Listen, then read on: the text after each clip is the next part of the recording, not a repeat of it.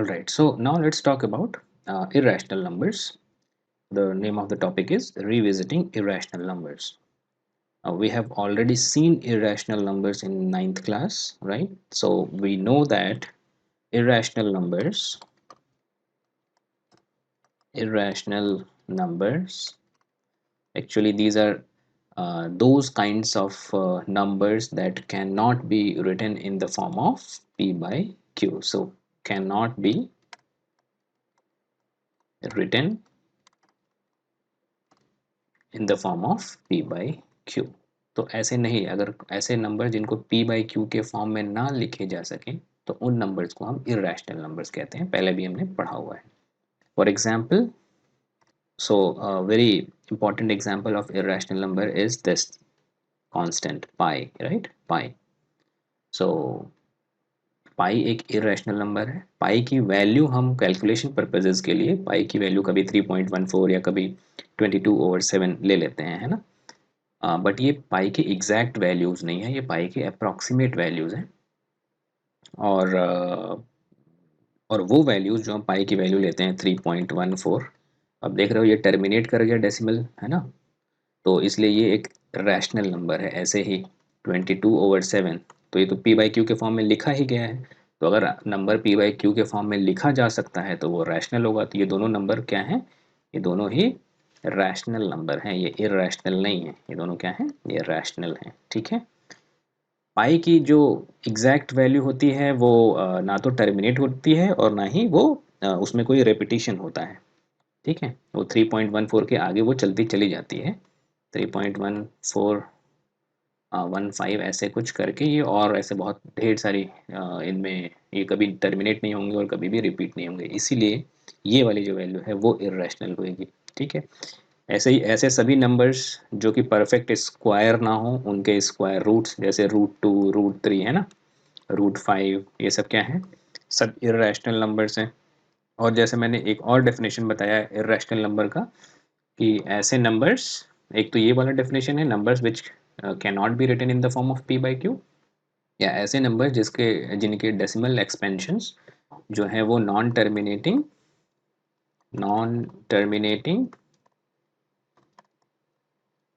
And non repeating, है ना.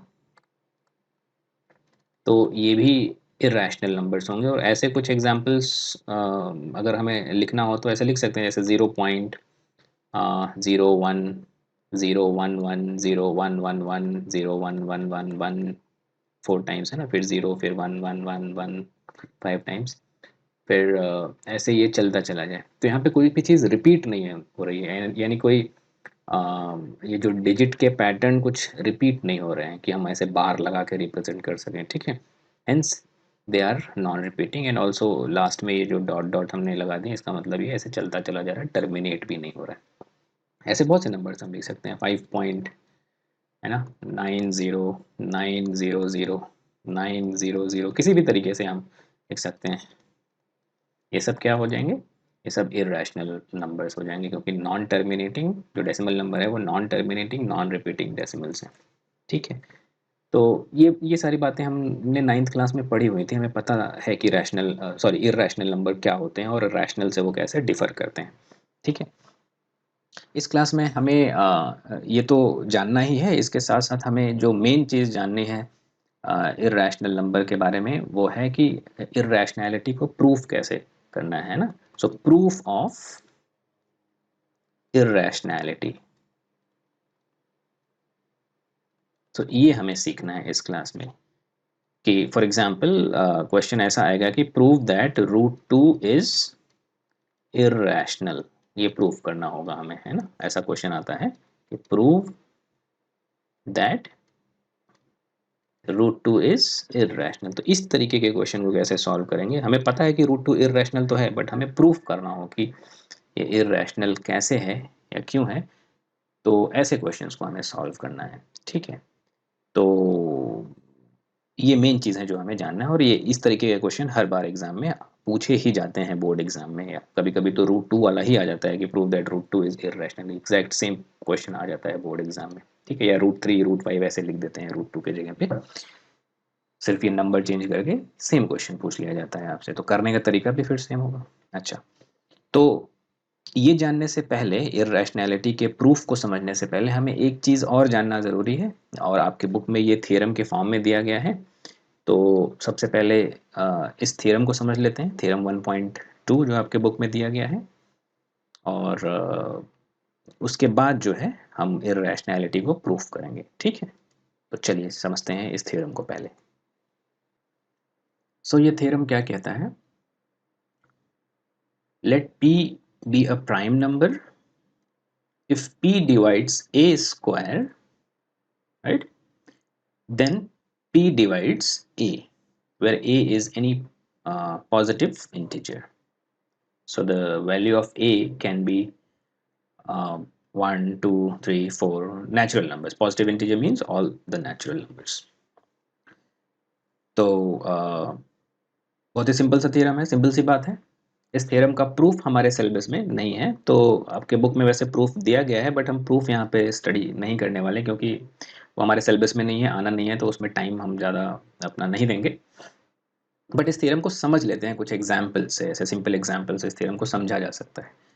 ये थ्योरम क्या कह रहा है कि p be a prime number, तो कोई एक सिंपल सा प्राइम नंबर ले लेते हैं, 2 एक प्राइम नंबर है, ठीक है। तो मान लिया कि p की वैल्यू क्या है, अभी फिलहाल के लिए 2 है। अगर if p divides a square, तो अब 2 कौन से स्क्वायर को डिवाइड करता है, तो आई मीन जैसे 6 का स्क्वायर क्या है, 36 है ना। 36 क्या है, sorry 36 is square of 6, isn't it. 36 क्या है, दिस इज स्क्वायर ऑफ 6। और हमें पता है कि ये p जो है वो किसको डिवाइड कर रहा है, 6 के स्क्वायर को डिवाइड कर रहा है ना। तो p जो है वो 6 को भी डिवाइड करेगा, करता भी है। आप देख सकते हो यहाँ पे कि 2 अगर 36 को डिवाइड कर रहा है, which is square of 6, 2 also divide 6, है ना। दोनों का ही फैक्टर है 2, ठीक है। तो यही सिंपल सी बात यहाँ पे कही जा रही है कि अगर कोई प्राइम नंबर है जो किसी नंबर के स्क्वायर को डिवाइड करता है, तो वो उस नंबर को भी डिवाइड करेगा, जैसे कि 3, ठीक है। 3 एक प्राइम नंबर है। अब कोई एक स्क्वायर लेते हैं, यही सेम नंबर रख लेते हैं, 3 जो है वो 36 को डिवाइड करता है, 36 6 का स्क्वायर है ना। तो 3 जो है वो 6 को भी डिवाइड करता है। तो कोई नंबर, कोई प्राइम नंबर अगर किसी नंबर के स्क्वायर को डिवाइड करता है, तो वो उस नंबर को भी डिवाइड करता है। यही कहने का मतलब यहाँ पे कि कोई नंबर p है, और p अगर a स्क्वायर को डिवाइड करता है, तो p जो है वो a को भी डिवाइड करेगा हमेशा, ठीक है। यही बात है यहाँ इस थ्योरम में जो कही गई है। If I mean, p be a prime number. If p divides a square, then p divides a, where a is any positive integer, that means any natural number. ठीक है, बात समझ में आ गई होगी। तो इतनी सी बात हमें समझनी थी, और इसी चीज को यूज करेंगे हम और इसी चीज को यूज करेंगे हम इर्रेशनैलिटी को प्रूफ करने के लिए, ठीक है। चलिए, तो इस थ्योरम के बारे में इतना ही हमें जानना था, इसका प्रूफ हमारे सिलेबस में नहीं है, बट ये थ्योरम हमें पता होना चाहिए कि if any prime number p divides a square, then it also divides a, all right, where a can be any natural number, or positive integer or natural number, they both have same meaning, ठीक है ना। चलिए अब हम कुछ irrational numbers को proof करके दिखाते हैं आपको, जैसे √2 √3 √5, इन सब के प्रूफ एक ही जैसे होंगे, तो एक ही बार हम किसी एक को ही प्रूफ करेंगे हम यहाँ पे। अच्छा, एक चीज़ और जान लेते हैं प्रूफ करने से पहले कि इर्रेशनल नंबर, जैसे √2 तो इर्रेशनल है ही, ऐसे ही √3 √4 ये सब भी इर्रेशनल नंबर हैं। रैशनल और इर्रेशनल का सम और डिफरेंस ये भी हमेशा इर्रेशनल ही होता है। तो 3 प्लस √5 अगर ऐसा कुछ लिखा हुआ है, या 3 माइनस, है ना, √7, ये नंबर भी क्या है, ये भी इर्रेशनल होते हैं, ठीक है। तो इनकी भी इर्रेशनैलिटी प्रूफ करने को पूछा जाता है। इन नंबर की इर्रेशनैलिटी को भी प्रूफ करना पड़ता है एग्जाम में, इस पे भी क्वेश्चन आते हैं कि prove that 3 plus √5 is irrational, ठीक है। Because sum and difference of rational and irrational is irrational always, and the product and quotient of rational and irrational is also irrational, provided they are non-zero, जो rational है वो non zero rational है. So the product of non-zero rational and irrational is always irrational. So जैसे कि 5√7 ऐसा लिखा हुआ है ना, या 2/√7 और √3 यू नो कोई एक रैशनल नंबर यहाँ पे लिख लेते हैं 3. ठीक है, तो ये सब क्या होंगे? So the quotient of rational and irrational and product of rational and irrational will always be, ये सब क्या होंगे? हमेशा ये भी irrational ही होते हैं. इस बात को भी हमें जानना है. तो इनके भी प्रूफ पूछे जाते हैं कि इनकी irrationality को प्रूफ करने को पूछ लिया जाता है. कभी कभी इनको और कभी कभी इनको पूछ लिया जाता है कि prove that 5√7 is irrational number, है ना, ऐसे प्रूफ करने को आता है. तो स्टार्टिंग हम सिंपल वाले से करेंगे, फिर एंड में इस तरीके की भी प्रॉब्लम्स को सॉल्व करेंगे. चलिए, तो पहला जो आपके बुक में थ्योरम लिखा गया है, थ्योरम 1.3, उसको एज अ क्वेश्चन ही हम सॉल्व कर लेते हैं. तो एज एन एग्जांपल इसको सॉल्व कर लेते हैं. Prove that √2 is irrational. √2 irrational है, इसको प्रूफ करना है. तो ये इर्रेशनैलिटी प्रूफ करने के लिए जो हम एक टेक्निक यूज़ करते हैं या एक मेथड यूज़ करते हैं, उसको बोलते हैं प्रूफ बाय कॉन्ट्राडिक्शन. यहाँ पे हम लिख देते हैं आपके लिए. जो हम प्रूफ करने का जो टेक्निक यूज़ करते हैं उसको क्या बोलते हैं? Proof by contradiction. Contradiction method use करते हैं प्रूफ करने के लिए. ठीक है, बड़ी इंटरेस्टिंग टेक्निक है. अभी आप लोग फर्स्ट टाइम इसको सीखने जा रहे हैं और इस टेक्निक को बहुत से जगह पे आप देखोगे आगे एप्लीकेबल होते हैं कॉन्ट्राडिक्शन वाले प्रूफ. ठीक है, बड़े इंटरेस्टिंग है. बहुत ही कॉम्प्लिकेटेड टाइप के प्रॉब्लम्स को भी कॉन्ट्राडिक्शन मेथड से प्रूफ किया जा सकता है आसानी से. हालांकि ये प्रैक्टिस से ही समझ में आएगा कि कहाँ पे हमें इस मेथड को यूज़ करना है, किस टाइप के प्रॉब्लम में इस मेथड को यूज़ कर सकते हैं. उसके लिए बहुत ज़्यादा नॉलेज होनी चाहिए और उस नॉलेज के साथ साथ बहुत ज़्यादा हमारे पास प्रैक्टिकल एप्लीकेशंस भी उसके देखे हों, उस नॉलेज के, उस कॉन्सेप्ट्स के, तभी हम इस मेथड को यूज़ कर सकते हैं आसानी से. अदरवाइज मुश्किल होगा, हमें पता नहीं चलेगा कि कहाँ पे इस मेथड को यूज़ करना है. हालांकि ये वाले जो सिंपल प्रॉब्लम्स है, इर्रेशनैलिटी को प्रूफ करना है तो हर बार हमें इसी मेथड को यूज़ करना है. तो इसको प्रूफ करने के लिए हम करते क्या हैं? सबसे पहले तो हम ये अज्यूम कर लेते हैं कि जो √2 है वो रैशनल नंबर है. ये हम अज्यूम कर लेंगे. ठीक है, तो बड़ा इंटरेस्टिंग टाइप का, इसी को कॉन्ट्राडिक्शन मेथड बोलते हैं कि √2 को इर्रेशनल प्रूफ करना है. हमें पता भी है कि √2 इर्रेशनल है, बट इसको प्रूफ कैसे किया जाएगा? तो इसको सॉल्व करते हैं. तो सबसे पहले we will assume that √2 is rational. ठीक है, so let us assume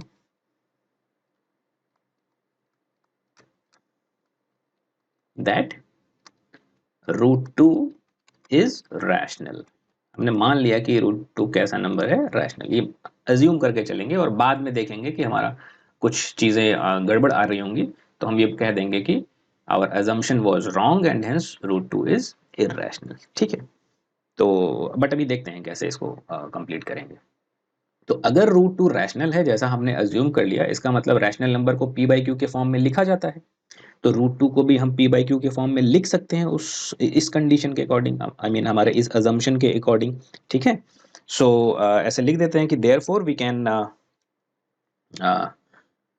therefore √2 can be written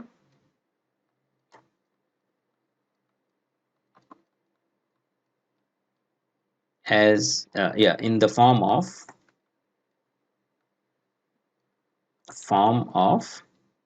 a/b और p/q. ठीक है, where कंडीशन क्या है कि a and b are co-prime, where a and b are co-prime and b not equals to 0. b की value 0 नहीं होनी चाहिए, है ना, क्योंकि division bye 0 is not defined. और a और b co-prime है. co-prime का मतलब क्या होता है कि a और b में कोई कॉमन फैक्टर नहीं है अपार्ट फ्रॉम 1 को छोड़ के कोई और कॉमन फैक्टर इनका नहीं है. तो ऐसे नंबर्स ऐसे पेयर ऑफ नंबर को हम लोग को प्राइम बोलते हैं, ठीक है। और बाद में ये को प्राइम बहुत इंपॉर्टेंट है यहाँ पे लिखना, क्योंकि बाद में यही चीज कॉन्ट्राडिक्ट करेगा अभी चल के, अभी अभी अभी मैं थोड़ी देर में दिखाऊंगा आपको कि यही को प्राइम वाली जो बात है यही कॉन्ट्राडिक्ट कर जाएगी थोड़ी देर के बाद। और उस कॉन्ट्राडिक्शन के लिए रिस्पॉन्सिबल कौन होगा, ये हमारा रॉन्ग अजम्पशन, ठीक है। तो ये को प्राइम लिखना बहुत जरूरी है इस प्रूफ में, इस बात को आप ध्यान रखिएगा। अच्छा, एक चीज और बता देते हैं कि ये जो हम डिफरेंट स्टेप्स लिखवा रहे हैं यहाँ पे या लिख रहे हैं आपके लिए, ये स्टेप्स ऑलमोस्ट सिमिलर ही होंगे, चाहे रूट 2 को इरेशनल प्रूफ करना हो या रूट 5 को करना हो या किसी भी ऐसे इरेशनल नंबर को हमें प्रूफ करना है उसकी इरेशनैलिटी। तो जो स्टेप्स हैं ऑलमोस्ट सिमिलर ही होंगे, और यहाँ पे को प्राइम लिखना बहुत जरूरी है इस तरीके के क्वेश्चन में, ठीक है। तो इसका मतलब रूट 2 को a बाई बी के फॉर्म में लिखा जा सकता है। तो हम कह सकते हैं कि इस वाले स्टेप से हमें क्या मिल गया कि रूट 2 जो है वो a बाई बी के फॉर्म में हम ऐसे लिख सकते हैं, रूट 2 a बाई बी के बराबर है मान लिया, ठीक है। where a and b are co-prime and b is not equals to 0, ये ऑलरेडी अंडरस्टूड है, यहाँ पे हमने लिख रखा है। अच्छा, इस चीज को थोड़ा सा और फर्दर सॉल्व करें तो इसको दोनों साइड अगर स्क्वायर कर दें,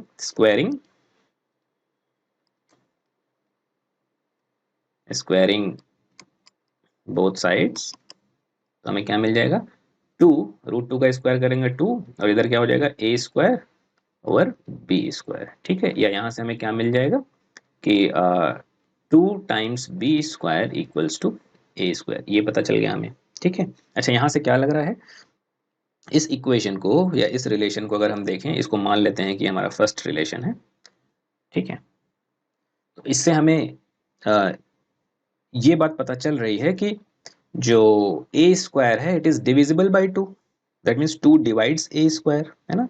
अगर 2 को इधर लेके चले जाएं तो बी स्क्वायर इक्वल्स टू क्या हो जाएगा, A square upon 2, that mean A square is divisible by 2, ठीक है। यहाँ से हमें पता चल रहा है कि A square is divisible by 2, hence we can also say that A is divisible by 2, है ना। वो थ्योरम अब याद करना पड़ेगा हमें, अभी जो जस्ट ये वाली थ्योरम हमने पढ़ी थी कि अगर कोई प्राइम नंबर ए स्क्वायर को डिवाइड कर रहा है तो वो प्राइम नंबर ए को भी डिवाइड करेगा, वही चीज़ यहाँ पे अब हम इसीलिए उस थ्योरम को हमने पढ़ा था इसी बात को अंडरस्टैंड करने के लिए, ठीक है। तो जो नेक्स्ट स्टेटमेंट होगा कि यहाँ पे लिख देंगे हम कि इस फर्स्ट रिलेशन से हमें पता क्या चल रहा है कि A square, therefore A square is divisible by 2, ठीक है। And hence A is divisible by 2, divisible by 2, तो ए जो है वो 2 से डिविजिबल है, ठीक है। और अगर ए 2 से डिविजिबल है, इसका मतलब जो ए है वो 2 के ही मल्टीपल्स हैं। इस बात को हम अच्छे से समझ लें कि इफ, यहाँ रफ वर्क में मैं लिख दे रहा हूं, if A is divisible by 2, तो इसका मतलब क्या है, then A is in fact multiple of 2, है ना। कहने का मतलब ये है कि अगर a को 2, a जो है वो 2 से डिवाइड हो रहा है, इसका मतलब a क्या होगा, a 2 का ही कोई मल्टीपल होगा, 2 टाइम्स कोई नंबर होगा, तभी तो ये 2 से डिविजिबल है, ठीक है। 2 के ही मल्टीपल्स होंगे, ये कुछ भी हो सकते हैं, बट 2 का ही मल्टीपल होगा a, इतनी बात तो क्लियर होगी, ठीक है। तो अब इसके बाद हम क्या कर लेंगे, so because a is divisible by 2, तो इस स्टेटमेंट के बाद यहाँ पे a is divisible by 2, hence we can say that, so we can say that a equals to, sorry not 3 but 2, है ना, a equals to 2 times c, एक दूसरा नंबर लिख देते हैं, कोई c is any positive integer, where bracket में यहाँ लिख देते हैं where c is a positive integer, ठीक है। a जो है वो 2c के बराबर होगा, होगा ना, मतलब a जो है वो 2 का मल्टीपल होगा, c कोई एक नंबर है यहाँ पे, वो 1 2 3 4 कोई भी पॉजिटिव इंटीजर हो सकता है, तभी तो a जो है वो 2 से डिविजिबल होगा, ठीक है। अब अगर a जो है वो 2c के इक्वल है, so we will put this value of a in our first relation. तो हमारा फर्स्ट रिलेशन क्या था, ये 2b square equals to a square. अब यहाँ पे हम लोग इस वैल्यू को पुट करेंगे, so substituting a equals to 2c in equation 1, we will get what we will get is, so पहला इक्वेशन क्या था, वो था 2 times B square equals to C, sorry A square, और ए की जगह पे 2c है ना, तो 2c का स्क्वायर कर देंगे, इसको थोड़ा सा और सॉल्व कर लेंगे, तो 2 times B square equals to 4c square है ना, और ये ऐसे कैंसिल होकर ये 2 बन जाएगा, तो that means B square equals to 2c square. ये हमारा सेकंड रिलेशन हो गया। सेकंड रिलेशन से हमें क्या मिल रहा है, that B square is divisible by 2, और 2 डिवाइड्स बी स्क्वायर है ना, यहाँ से हमें यही पता चल रहा है ना कि 2 जो है बी स्क्वायर को डिवाइड कर रहा है। We can see that B square is divisible by 2 है ना, hence B is divisible by 2, वो लॉजिक यूज कर लेंगे, वो वाला थ्योरम, ठीक है। तो बी स्क्वायर अगर 2 से डिविजिबल है तो बी भी 2 से डिविजिबल होगा। अब यहाँ पे हमें इससे पहले हमें क्या मिला था कि ए भी 2 से डिविजिबल था, और यहाँ पे हमें क्या पता चल रहा है कि बी भी 2 से डिविजिबल है, यानी 2 जो है वो ए और बी दोनों का कॉमन फैक्टर है ना। Therefore 2 is common factor of A and B, है ना। आई मीन फिर से देख लेते हैं, b is divisible by 2, that means 2 is factor of b, और यहाँ पे लिखा था हमने कि a is divisible by 2, that means 2 is factor of a, तो 2 जो है वो a का भी फैक्टर है, और 2 जो है वो b का भी फैक्टर है, इसका मतलब 2 जो है वो a और b का दोनों का कॉमन फैक्टर है। और अब प्रॉब्लम यही है कि हमने पहले से अज्यूम किया हुआ है क्या, कि a और b को प्राइम है, that means they do not have any common factor, और यहाँ पे हमें क्या मिल गया कि ए और बी का कॉमन फैक्टर मिल गया 2, ठीक है। सो इसलिए ये कॉन्ट्राडिक्ट कर दे रहा है उस बात को कि ए एंड बी आर को prime, right, so this contradicts, right, but this contradicts that A and B are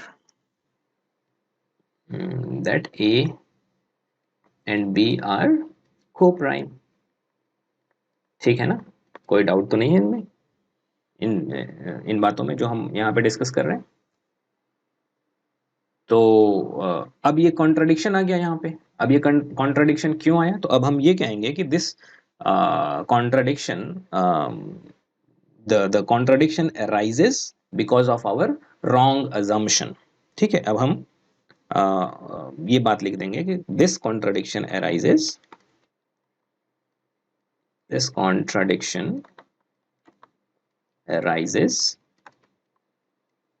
due to incorrect or wrong assumption, right, और क्या क्या वो wrong assumption था, that √2 is rational, ठीक है। सो और therefore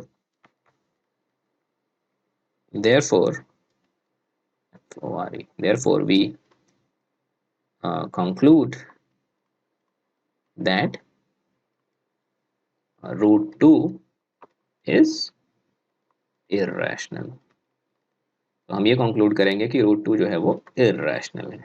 ठीक है, क्योंकि वो जो जो हमने हमारा एजम्पशन था रैशनल का वो इनकरेक्ट है, क्योंकि उससे कुछ कॉन्ट्रडिक्शन आ जा रही थी हमारे बातों में जो हम अजम्पशन यूज करके सॉल्व करने की कोशिश कर रहे थे। ठीक है, और वो कॉन्ट्रडिक्शन इसलिए आ रही थी क्योंकि हमारा अजम्पशन गलत था, और इसलिए अगर अजम्पशन गलत था इसका मतलब रूट 2 इर्रेशनल ही है।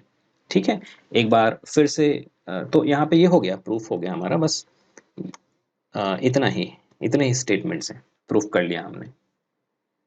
ठीक, अब एक बार फिर से इसको हम एक्सप्लेन कर दे रहे हैं।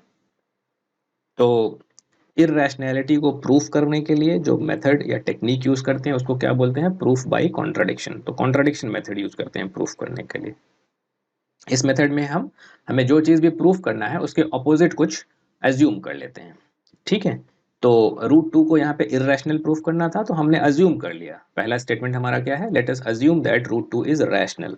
बहुत इंपॉर्टेंट ये स्टेटमेंट है और ये अजम्पशन यहीं से स्टार्ट करना है हमें प्रूफ।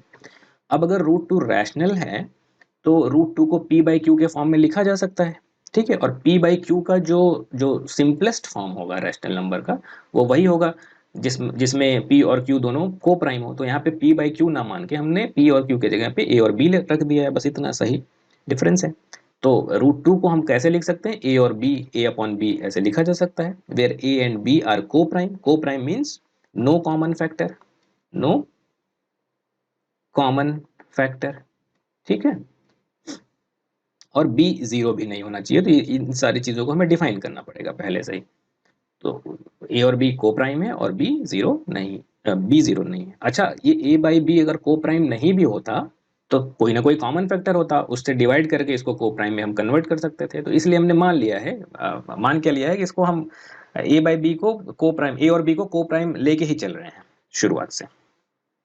ठीक है, अदरवाइज एक स्टेटमेंट हमें इंक्रीज यहाँ पे करना, एक स्टेटमेंट और इंक्लूड करना पड़ता कि पहले हम a बाई बी ना लिख के उसको p बाई क्यू लिखते और फिर मान लेते कि उस p बाई क्यू को हमने कॉमन फैक्टर से डिवाइड कर दिया है और कॉमन फैक्टर से डिवाइड करने के बाद a बाई बी हमें मिल गया है जो कि सिंपलेस्ट फॉर्म है रैशनल नंबर का।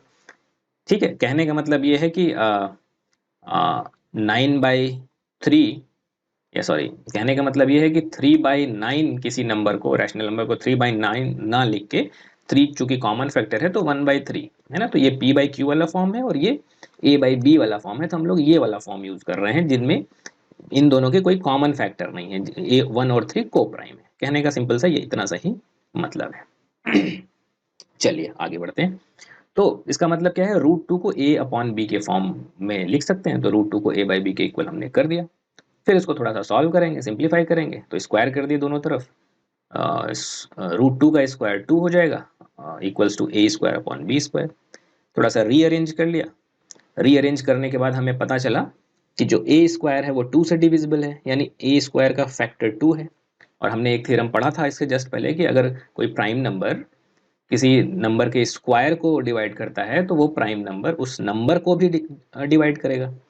तो यहाँ पे दिख रहा है साफ साफ कि 2 जो है वो a स्क्वायर को डिवाइड कर रहा है। ऐसे लिख सकते हैं ना, 2b square equals to a square, तो इसको ऐसे लिख सकते हैं ना, b square equals to a square upon 2। साफ साफ दिख रहा है कि इसको डिवाइड कर रहा है ये।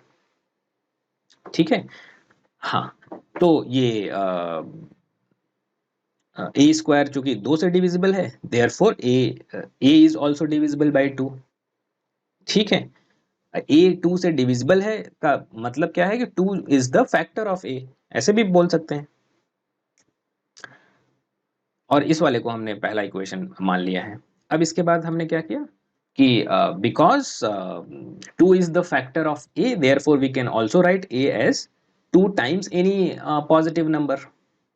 क्योंकि a जो है वो 2 का सॉरी 2 जो है वो a का फैक्टर है, इसलिए a को 2 के मल्टीपल्स के फॉर्म में लिख सकते हैं ऐसे।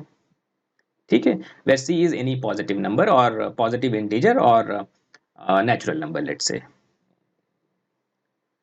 अब उसके बाद फिर क्या हमने किया कि ए की जगह पे जो 2c हमने लिख दिया था उसी को इक्वेशन 1 में पुट कर दिया ए के जगह पे, तो 2b² इक्वल्स टू 2c² हो जाएगा। ए स्क्वायर था, ए स्क्वायर की जगह पे 2c² कर दिया, 2c का स्क्वायर, ए की जगह पे 2c पुट कर दिया।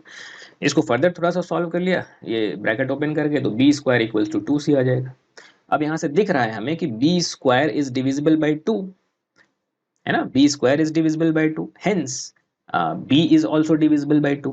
वही अगेन वो वाला थ्योरम यूज कर लेंगे, 1.2 थ्योरम। ठीक, अब ये वाली बात, ये वाला जो स्टेटमेंट लिखा है और इसके जस्ट पहले वाला स्टेटमेंट जो यहाँ पे लिखा था, इन दोनों स्टेटमेंट से हमें क्या पता चल रहा है कि 2 जो है वो a और b दोनों का कॉमन फैक्टर है। 2 is common factor of a and b, right.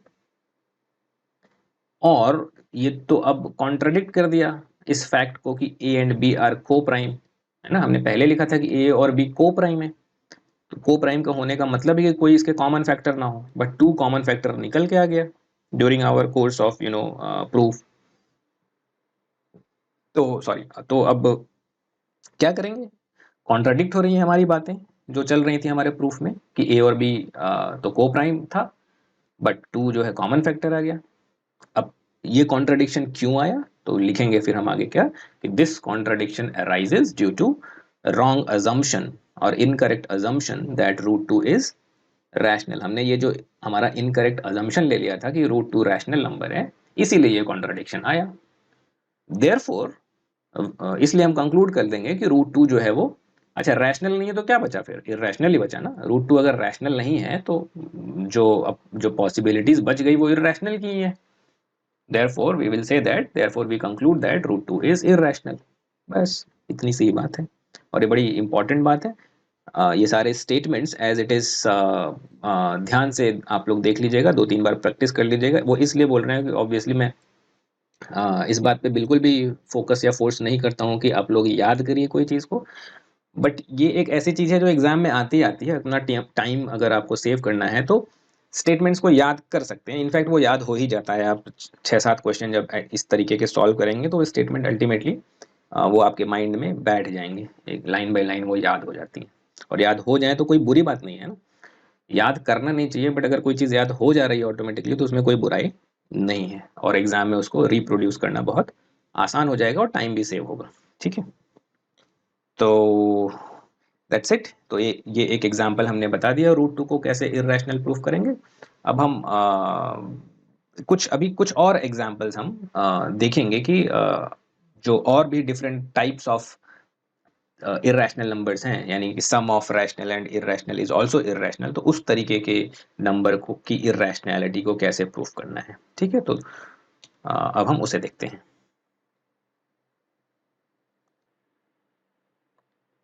चलिए, तो अगला एग्जांपल देखते हैं। So next example is let's say example 2, show that 5 minus root 3 is irrational। ठीक है, ये शो करना है हमें। तो हमें पता है कि ये तो इर्रेशनल नंबर है ही, रैशनल और इर्रेशनल नंबर का डिफरेंस इज ऑलवेज इर्रेशनल। ठीक है, सॉरी। तो इस बात को अब हमें प्रूफ करनी है, तो देखते हैं इस तरीके के नंबर्स को, इर्रेशनल नंबर्स को कैसे प्रूफ किया जाएगा। जो पिछला एग्जांपल हमने देखा था उसमें जो नंबर था वो रूट 2 था, तो रूट 2 ऑलरेडी इर्रेशनल है। यहाँ पे रैशनल और इर्रेशनल दोनों पार्ट हैं, इनको इर्रेशनल प्रूफ करने का थोड़ा सा जो तरीका है, तरीका ऑलमोस्ट सिमिलर ही है, बट जो वे है वो थोड़ा सा डिफरेंट है। आई मीन तरीका और वे तो एक ही बात है। इसको जो हमारा कॉन्ट्रडिक्शन अराइज होता है वो कॉन्ट्रडिक्शन अलग जगह पे यहाँ पे अराइज होता है। जैसे रूट 2 वाले केस में रूट 2, रूट 3, रूट 5 अगर सिर्फ ऐसे नंबर को की इर्रेशनैलिटी प्रूफ करनी है तो वहाँ पे हम लोग वो जो को प्राइम वाला जो हमारा अजम्पशन था उसमें कॉन्ट्रडिक्शन आ रहा था, और यहाँ पे वो को प्राइम वाला कॉन्ट्रडिक्शन नहीं आएगा, कोई किसी दूसरे जगह पे कॉन्ट्रडिक्शन आएगा, वो अभी हम देखेंगे कि कैसे इस बात को हमें प्रूव करनी है कॉन्ट्रडिक्शन मेथड से। तो मेथड अभी भी सेम है, कॉन्ट्रडिक्शन मेथड ही है। तो कॉन्ट्रडिक्शन मेथड में जो हमारे जो कुछ स्टेप्स हैं वो ऑलमोस्ट सिमिलर ही हैं। तो चलिए इसको प्रूव करके देखते हैं, इसका सोल्यूशन देखते हैं कैसे किया जाएगा। तो सबसे पहले तो हम लोग एज्यूम कर लेंगे कि ये जो गिवन नंबर है वो रैशनल है। ठीक है, तो हमारा पहला स्टेप तो एज इट इज ही है। तो let us assume that 5 minus root 3 is rational। ठीक है, तो जब हमने ये अज्यूम कर लिया कि 5 माइनस रूट 3 रैशनल है, तो इसका कॉन्सिक्वेंस अब क्या होगा कि 5 माइनस रूट 3 को हम a बाई बी के फॉर्म में अब लिख सकते हैं ना। So where a and b are coprime, so therefore 5 minus root 3 can be written in the form of a over b, where a and b are co-prime and b not equals to 0। तो b 0 नहीं, ठीक है, और a और b को prime है।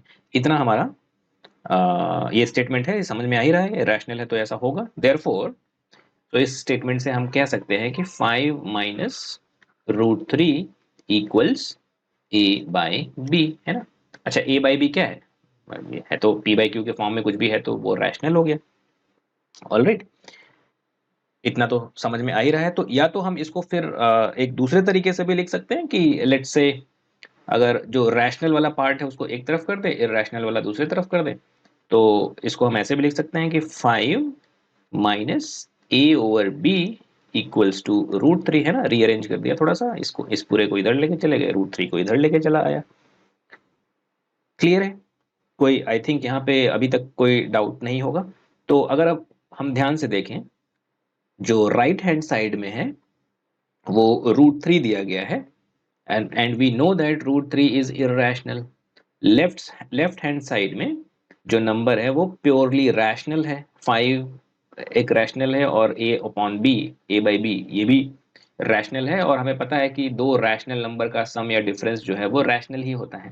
तो ये पूरा का पूरा जो नंबर है वो रैशनल है। चाहे तो इसको हम थोड़ा सा और फर्दर सॉल्व करके यहाँ पे b एलसीएम ले लें तो थोड़ा सा ये और सॉल्व हो जाएगा। तो इसको हम ऐसे लिख सकते हैं कि 5b minus a over B, है ना। अब साफ साफ दिख रहा है कि ये जो राइट हैंड साइड है वो पूरा का पूरा रैशनल है। लेफ्ट हैंड साइड सॉरी, जो जो लेफ्ट हैंड साइड में है वो पूरा का पूरा रैशनल है, और जो राइट हैंड साइड में है रूट 3 वो इरैशनल है। ठीक है, तो अब अगेन यहाँ पे एक कॉन्ट्रडिक्शन आ रहा है। वो कॉन्ट्रडिक्शन क्या है आप लोग देख पा रहे हो क्या, कि लेफ्ट हैंड साइड में पूरा का पूरा रैशनल है, राइट हैंड साइड में जो नंबर है वो इरैशनल है। तो ऐसा दिख रहा है हमें, ऐसा कि रैशनल नंबर वो इरैशनल नंबर के इक्वल हो जा रहा है, जो कि पॉसिबल है नहीं, है ना। सो इस बात को हम स्टेटमेंट में कैसे लिखेंगे, तो इसको ऐसे लिखते हैं कि जो लेफ्ट हैंड साइड पे है ए और बी, वो बेसिकली थे क्या, वो को प्राइम है और साथ साथ में वो इंटीजर्स भी हैं, है ना। ये ए और बी जो है वो इंटीजर के फॉर्म में है, इनफैक्ट पॉजिटिव इंटीजर हमने पहले ही कंसीडर किया हुआ है। ठीक है, सो ऐसे लिख सकते हैं कि since a and b are integers, since a and b are integers, है ना, therefore 5b minus a over b, या सिर्फ इसको भी लिख सकते हैं 5 minus a over b is is rational. ये तो रैशनल होगा। तो इतनी बात तो समझ में आ गई कि ए और बी इंटीजर है, देयरफॉर ये पूरा का पूरा जो है ये जो this thing LHS is rational. Hence क्योंकि ये रैशनल है तो रूट 3 भी रैशनल होना चाहिए। Hence root 3 should also be rational, should also be rational, है ना। रूट 3 को भी रैशनल होना चाहिए। बट √3 तो इररेशनल, हमें पहले से पता है कि √3 तो इररेशनल है, तो इसको हम उस बात को, तो ये कॉन्ट्रडिक्शन आ गया। सो दिस contradicts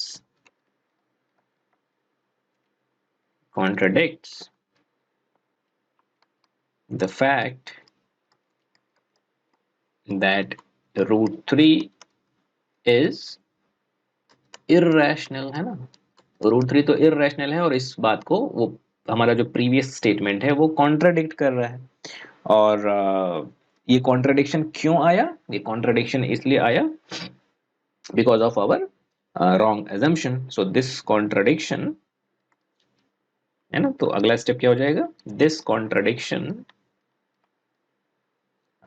सॉरी इसको, this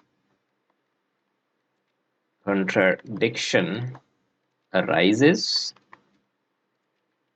because of our wrong assumption that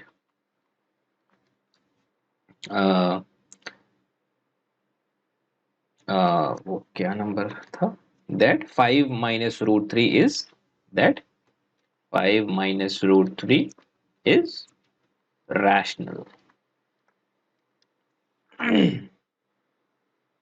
So or hence 5, or we can conclude,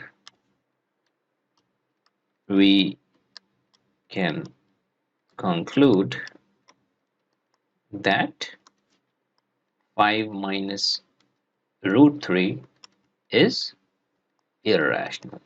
ठीक है, तो एक बार फिर से देख लेते हैं, अगर ऐसा प्रॉब्लम आएगा तो उसको प्रोसीड कैसे करेंगे, और क्या डिफरेंस है जो पहला वाला प्रॉब्लम इससे जस्ट पहले हमने किया था। तो डिफरेंस ये है कि पहले वाले जो हमने सिचुएशन देखा था, √2 को जब हम इररेशनल प्रूफ कर रहे थे, तो वहां पे ये को प्राइम वाली जो बात थी इसको कॉन्ट्राडिक्ट किया गया था। ठीक है, इस तरीके के प्रॉब्लम में हम लोग को प्राइम वाली बात को कॉन्ट्राडिक्ट नहीं कर पाते हैं। उससे आसान तरीका हमें मिल जाता है कि एक तरफ इररेशनल को लेके चले जाते हैं, इररेशनल वाला पार्ट पूरा का पूरा लेफ्ट हैंड साइड या राइट हैंड साइड पे कर देंगे, और जो रैशनल वाला पार्ट है उसको दूसरे तरफ कर देते हैं।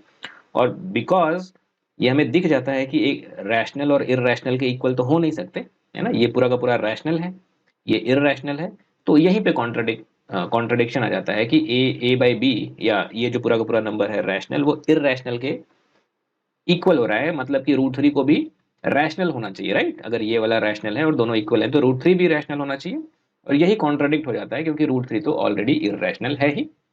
इसको हम पहले ही प्रूफ कर चुके हैं ना, √2 √3 ये इररेशनल होता है, इसको प्रूफ कर चुके हैं ऑलरेडी हम, जिसमें को प्राइम को कॉन्ट्राडिक्ट किया था। ठीक है, हालांकि उसको फिर से यहाँ पे प्रूफ करने की जरूरत नहीं है, और ज्यादातर प्रॉब्लम्स में ये बात लिखी रहेगी, क्वेश्चन ऐसे लिखा होता है कि show that 5 minus √3 is irrational, it is given that √3 is irrational। तो ये पूरा प्रॉब्लम इस तरीके से होगा, जनरली ऐसे ही होगा। अगर नहीं भी है तो भी हमारा मेथड यही होगा, √3 को इररेशनल प्रूफ करने की जरूरत नहीं है, उसको हम इररेशनल मान लेंगे पहले से कि वो है। ठीक है, सिर्फ इस वाले नंबर को हमें इररेशनल प्रूफ करना है। तो यहाँ पे ए और बी, चूंकि ए और बी इंटीजर्स हैं, पॉजिटिव इंटीजर्स हैं, तो ये पूरा का पूरा जो नंबर है वो रैशनल हो जाएगा, और रैशनल √3 के इक्वल है, इसका मतलब √3 को भी रैशनल होना चाहिए, और यही बात कॉन्ट्राडिक्ट हो जा रही है क्योंकि √3 तो ऑलरेडी इररेशनल है।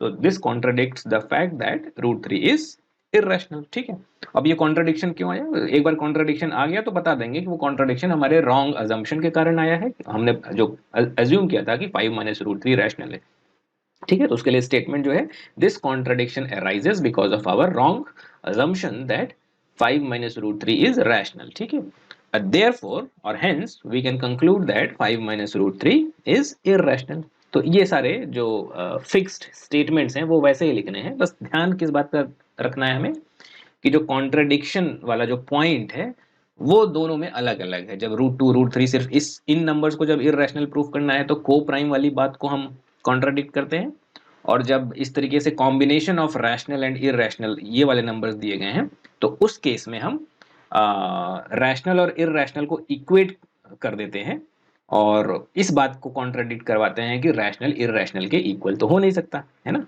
तो यहाँ पे आई होप आप समझ गए होंगे इस बात को। ठीक है, तो ठीक है, तो ये भी प्रूफ हो गया, यहाँ पे ये कंप्लीट हो गया हमारा प्रूफ। तो इस तरीके से तो ऑलमोस्ट आप स्टेप्स देखेंगे तो सिमिलर ही हैं, बस इनफैक्ट इस तरीके के प्रॉब्लम में जो है स्टेप्स, नंबर ऑफ स्टेप्स थोड़े कम ही हो जाते हैं, क्योंकि वहाँ पे वो को प्राइम को कॉन्ट्राडिक्ट करने के लिए 2 बार हमें दिखाना पड़ता है कि उसके जो है प्राइम फैक्टर्स या फैक्टर्स उनके आ रहे हैं, एक्स्ट्रा फैक्टर्स आ रहे हैं ए और बी के, है ना। तो जो यहाँ पे नहीं करना है, यहाँ पे बड़े आसानी से हो जाता है। ठीक है, तो सेम इसी तरीके से एक और अगर हम प्रॉब्लम करवाएं, एक और थर्ड एग्जाम्पल भी देख लेते हैं कि ये भी इसी जैसा है। शो दैट 3√2 इज इररेशनल, है ना। तो अब ये भी कॉम्बिनेशन है रैशनल इररेशनल का। 3 जो है वो रैशनल पार्ट है, √2 इररेशनल पार्ट है, और रैशनल और इररेशनल का प्रोडक्ट जो है वो इररेशनल ही होता है, हमें पता है। तो इस प्रॉब्लम में अगेन हम ये मान लेते हैं, हालांकि दिया नहीं है, so even though it is not given, but still we are going to assume that √2 is irrational already, right? So we need not to prove √2 as irrational, we need to prove this whole number, I mean this complete number, as irrational by assuming the fact that √2 is already irrational। ठीक है, तो √2 को already हम irrational मान के चलने वाले हैं अभी। तो सॉल्व कैसे किया जाएगा, अगेन प्रोसेस वही है, तो कॉन्ट्राडिक्शन मेथड ही यूज करना है। तो हम फिर से अज्यूम कर लेंगे इस पूरे नंबर को कि ये रैशनल है। So let us assume that 3√2 is rational. अब अगर ये रैशनल है, therefore there exist integers a and b such that, ठीक है, आई मीन चाहे तो हम एग्जैक्टली वैसे ही लिख लें जैसा हमने पिछले लिखा था, कि इस स्टेटमेंट के बाद कि that 3√2 can be written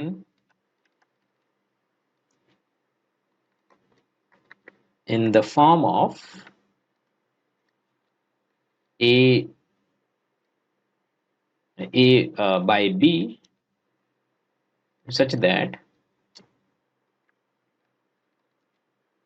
a and b are co-prime and b not equals to 0। हालांकि ये को प्राइम वाली बात नहीं भी लिखेंगे तो भी चलेगा, क्योंकि को प्राइम को यहाँ पे हम कॉन्ट्राडिक्ट करते नहीं है, यहाँ पे हम रैशनल और इररेशनल को इक्वेट करके कॉन्ट्राडिक्ट करते हैं, बट स्टिल जो एक ही जैसा लिखते हैं ताकि कंफ्यूज ना हो, है ना। यहाँ पे ए और बी को इंटीजर भी लिख सकते हैं, तो ए और बी इंटीजर है ऐसे भी लिख सकते हैं, that such that a and b are integer and b not equal to 0, तो भी गलत नहीं होगा इस केस में। तो इससे हमें क्या मिल जाएगा कि अब हम 3√2 को ऐसे लिख सकते हैं a बाई बी, है ना। और फिर से वही सारी चीजें करेंगे, तो इसको ऐसे लिख सकते हैं, √2 को ऐसे ही रहने देते हैं इधर, और जो राइट साइड है वहां पे a/3b कर देते हैं, इस तरीके से कुछ। ठीक है, फिर से वही केस हो गया कि अगर हम राइट साइड में देखें, a और b तो इंटीजर है और को प्राइम भी हैं, बट इंटीजर तो है ही, तो ये पूरा का पूरा नंबर कैसा होगा, p/q का फॉर्म है, ये रैशनल नंबर है। लेफ्ट साइड में क्या है, इररेशनल नंबर है। तो because a/3b is rational, therefore √2 should also be rational, right. तो इस पॉइंट को अब फिर से लिखते हैं जैसे पिछले प्रॉब्लम में हमने लिखा था, उस चीज को हम फिर से लिखते हैं कि since a and b are integers, yeah, therefore a/3b is a rational number, right? Hence उसके आगे क्या लिखेंगे, hence √2 must also be rational. √2 भी रैशनल होना चाहिए क्योंकि दोनों इक्वल है ना, ये और ये दोनों इक्वल हैं, तो अगर ये रैशनल है तो ये भी रैशनल होगा, तभी तो दोनों इक्वल हैं। ठीक है, इतनी बात। अब हमें पता है कि ऐसा है तो नहीं, तो नेक्स्ट पॉइंट पे हम क्या लिखेंगे, दिस कॉन्ट्राडिक्ट्स, क्योंकि हम पहले से ये मान के चल रहे हैं कि √2 इरेशनल है, उसको प्रूव नहीं करने की जरूरत है, वो ऑलरेडी प्रूव करके हमने देखा हुआ है फर्स्ट एग्जाम्पल में। So this contradicts the fact that √2 is irrational, isn't it? अब अगला स्टेप क्या होता है कि ये कॉन्ट्राडिक्शन आया क्यों, this contradiction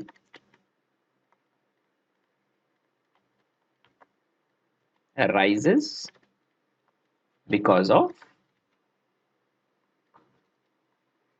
wrong assumption, because of our wrong assumption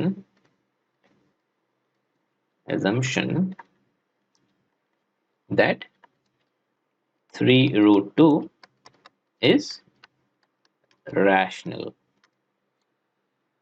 right? Hence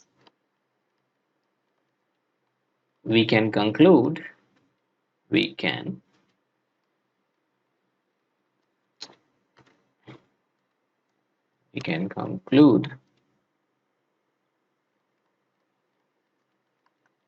that 3√2 is